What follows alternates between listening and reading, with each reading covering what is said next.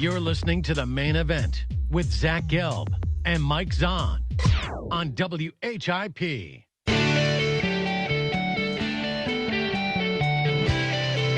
Nice, a little sweet child of mine to bring us back here on this Football Friday. Zach Gelb and Mike Zahn here with you, taking you up until noon Eastern time, where the Temple Sports Hour will come your way. Eagles play the Dallas Cowboys at the Link this Sunday. And on the line with us right now from 94 WIP, does all the Eagles pregame shows, and then also has a fantastic show with Ray Dittinger on the weekend, and that is our good friend Glen Macnow. Glenn, Zach Gelb, Mike Zahn here on the Temple University campus. Thanks for a few minutes, and how are you? My pleasure, guys. I'm doing great today. Well, thank you for coming on. And when I was an intern at WIP, I was fortunate enough to be an intern for the morning show when you were having that bacon competition where you sampled a bunch of bacon foods and ate only bacon for about 2 months. So I'm sure you're laying off the bacon now.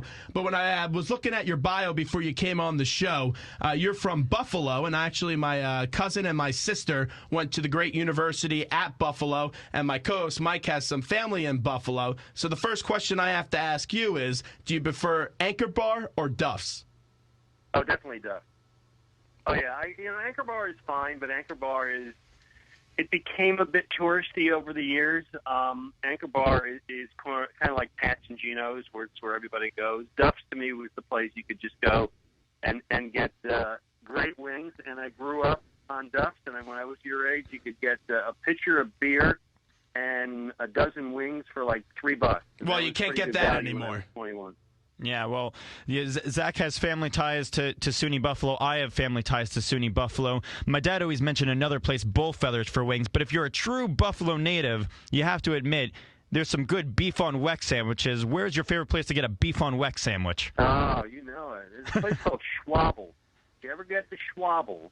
SCHWABLS. That is the place for the best beef on weck. And that's that's like what roast pork sandwiches are in Philadelphia. The locals really know it, but the visitors don't. There it is. Well, we're all excited because we're heading up to UMass this week. Actually, we're going to Foxborough Gillette Stadium for Temple and UMass. The Owls are 2-0, looking to try to get back into the top 25. And you went to BU with Al Morganti in your days. So if you have a good place to recommend for us to eat, and let me just preface this with saying our entire crew is all over 21 because we know that you are a beer connoisseur as you own the Conshohocken Brew Company. That is correct. I do, and I'm very proud of that. Well, you're going to Amherst, Mass, right? Well, we're actually they play their games in Foxborough, Massachusetts. So. Well, then you're near nothing. Yeah. you're near. Actually, I'll tell you where to go because you're near Rhode Island and you're near Western Connecticut. The best place to eat up there, and I don't know how much of a hike it is, but is Abbott's Lobster Pound in Mystic, Connecticut, which is really not that far, which has lobster in the rough. They pull it right out of the ocean, and you sit there on a deck on the ocean and just eat lobster, and that's the lobster sandwiches, and that's the place to go. Well, Temple is paying for our trip up there, so maybe we'll take definitely get to Abbott. Yeah. Well, we'll take the hike as Glen Macnow joins us from Sports Radio 94 WIP. So what really surprised me with this game Monday night was that the Eagles just didn't give enough carries to DeMarco Murray. He only got 9 attempts. I was expecting it somewhere to be the Eagles would have over 150 rushing yards and would win the game by 10-plus points. Eagles play the Cowboys this week. Do you expect DeMarco Murray to get more carries? How many carries do you think the Eagles' new running back will get? He's got to, because they're not going to win if he doesn't. And I thought that Chip, like Andy Reid back in the day, gave up on the run much too soon. And one of the things that really bothered me also is every run was a sweep right, sweep right. He's got to trust his guards and run Murray between the tackles, which is really where Murray is the best. I hope he learns the lesson. I hope he trusts his guards. I mean, it's not Evan Mathis and Todd Harriman's there now, but these kids got to get the chance. So I think I'd like to see him get somewhere 16, 18 carries this week. I didn't like the play call in 3rd and 1 in that Falcons game where they decided to do a shotgun run. I would have just rather passed the football if you're going to run out of the gun. But it was also surprising to me that Ryan Matthews was on the field at that point instead of DeMarco Murray. This week, Chip was on with Angelo, and he said that those two running backs are basically interchangeable. I just don't get that. I just don't understand how DeMarco Murray is not on the field in that situation. Yeah, well, I tell tell you what, I half agree with you. Ryan Matthews is a good pounding runner. I trust Ryan Matthews in this short yardage situation. And by the way, I'd rather run from quarterback behind center than shotgun, but Chip doesn't do that. But here's what I'll agree with. Sam Bradford, I think, was 22 for 25 at one point in the second half. He's completing 90% of his passes. To me, you do a play action on that. You throw a little pass to Zach Ertz or a wide receiver going out short. Hey, there's where you can use Riley Cooper. That was the play to me, and I would rather have seen that than either a run or a field goal. We're joined by Sports Radio 94 WIP on-air personality Glen Macnow. And Glenn, I asked Mark Farzetta this 2 days ago. How fortunate are the Eagles to not have to face Dez Bryant this week and then in Week 4 not face Deshaun Jackson? And there's even a chance they might not even have to face Dez Bryant all season long because they have a second matchup not too far from now. Well, I'm getting Farzetta's leftovers. That's what's happening. I'm just wondering. I want to hear your opinion, too. You go to Farzetta first? Well, this is prime time. It's a football Friday. We put him on a Monday. Put him on a Wednesday. All right, well, far be it for me to disagree with Mark Farzetta. I don't even know what the hell he said. But, yeah, you're catching a break. Of course you're catching a break. Dez Bryant's one of the top 3 or 4 receivers in football, and Deshaun Jackson burned the Eagles last year in the first game back, and we'll see how that happens. Teams get injuries, and that's what happens. Don't sleep on the Cowboys' offense even without Dez Bryant. Obviously, they lose a ton when they lose DeMarco Murray, but they still do a few things effectively. Jason Witten has killed the Eagles for a decade. The back coming out of the backfield, Lance Dunbar, is somebody they're going to have to cover, and I'm not sure who's going to do that, but they better do that. And the other thing that I'm really worried about the Eagles this year, didn't hurt them as much. Well, in Atlanta, Julio Jones just killed you, but slot receivers are something that I worry about. And the Cowboys have this little annoying Beasley guy. Watch out for him. They're going to have to cover him well, and I don't know that they can cover a slot receiver well.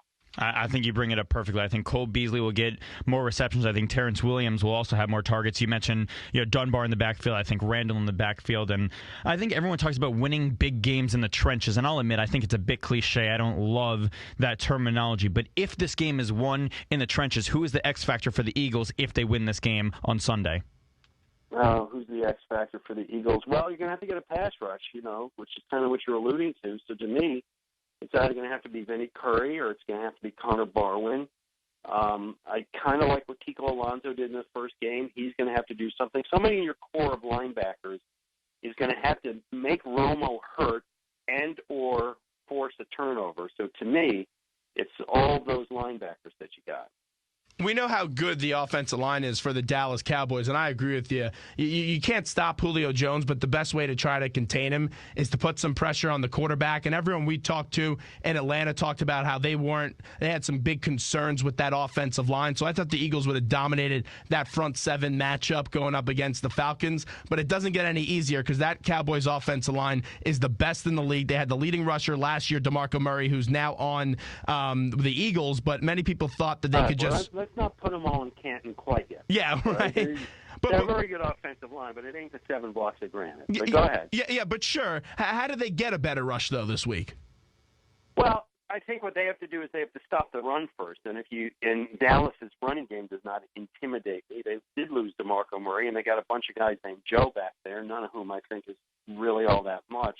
I mean, Joseph Randall, nobody's going to lose sleep over that. So, if you stop their run, you shut down their run, and then you creatively blitz, which I wish Billy Davis did a little bit more. That was, when we had Jim Johnson as the defense coordinator, that was his brilliance. He would send guys from all kinds of angles, and even experienced quarterbacks couldn't figure it out. That's what you got to do. You got to send Barwin on one play, and you got to send Graham on one play, and maybe a safety blitz, and you got to have Romo not know where it's coming from so that the offensive line can adjust.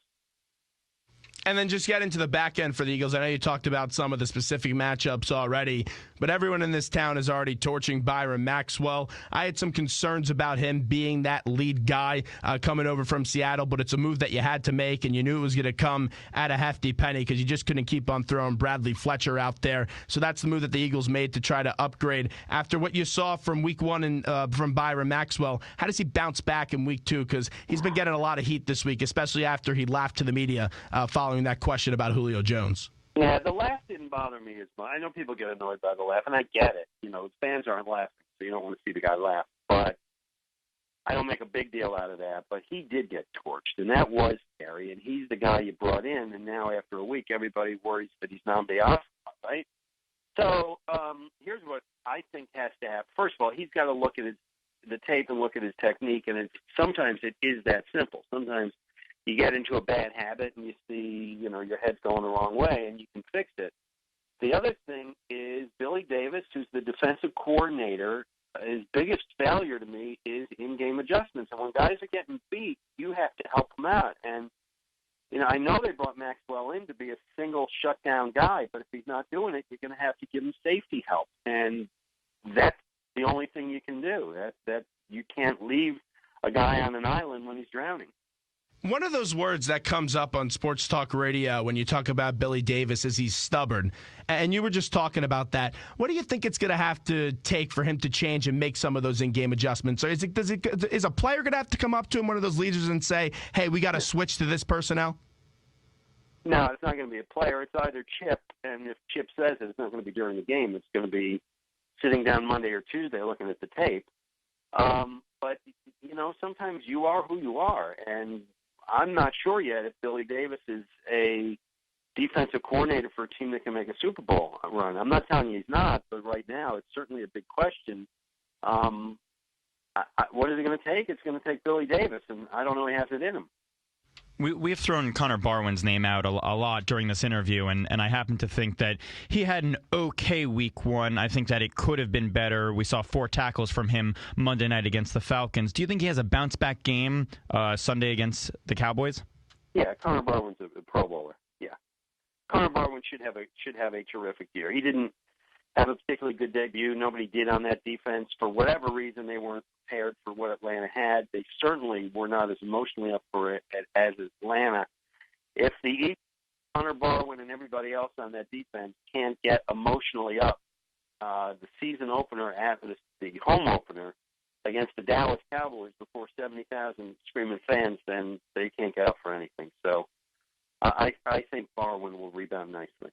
Last one here with Glen Macnow from Sports Radio 94 WIP. I picked the Birds to win the division in the NFC East. I still think they will. I'm not panicking yet. I don't have a lot of faith in the Redskins. They'll be picking first in the NFL draft this year to me. Cowboys don't have DeMarco Murray anymore, so that's a big-time issue. And then the Giants say that they can't just figure out how to close games out. What happened there on Sunday night was just really atrocious, that Eli Manning couldn't do the math together. Maybe he was using Jason Pierre-Paul's fingers to count to get to 10 or something like that. But I want to ask you, though, Glenn, this week it's the Cowboys. It's a must-win game to me. You don't want to start the year off 0-2. Do the Eagles walk out of the Link on Sunday with the victory? Yeah, I think so. Look, there's no sure bet, but I think they're the better team. I think they are at home, and I think that even in week 2, there's a little bit of desperation here. The Cowboys got a gift from the Giants, who had, by whatever computer model there is, a 97% chance to win that game when they had the ball at the Dallas 2-yard line and 2 minutes or so to go. Yeah, the Eagles have to win. There's no desperation yet, but if you are 0-2, history shows that you have a 9% chance of making the playoffs. Now, that assumes all 0-2 teams are created equal, which they're not. Some 0-2 teams just stink, and I don't think the Eagles stink. But you don't want to dig yourself a hole that early against a division opponent. It's a damned important game for the Eagles, and given that, I think they're going to win.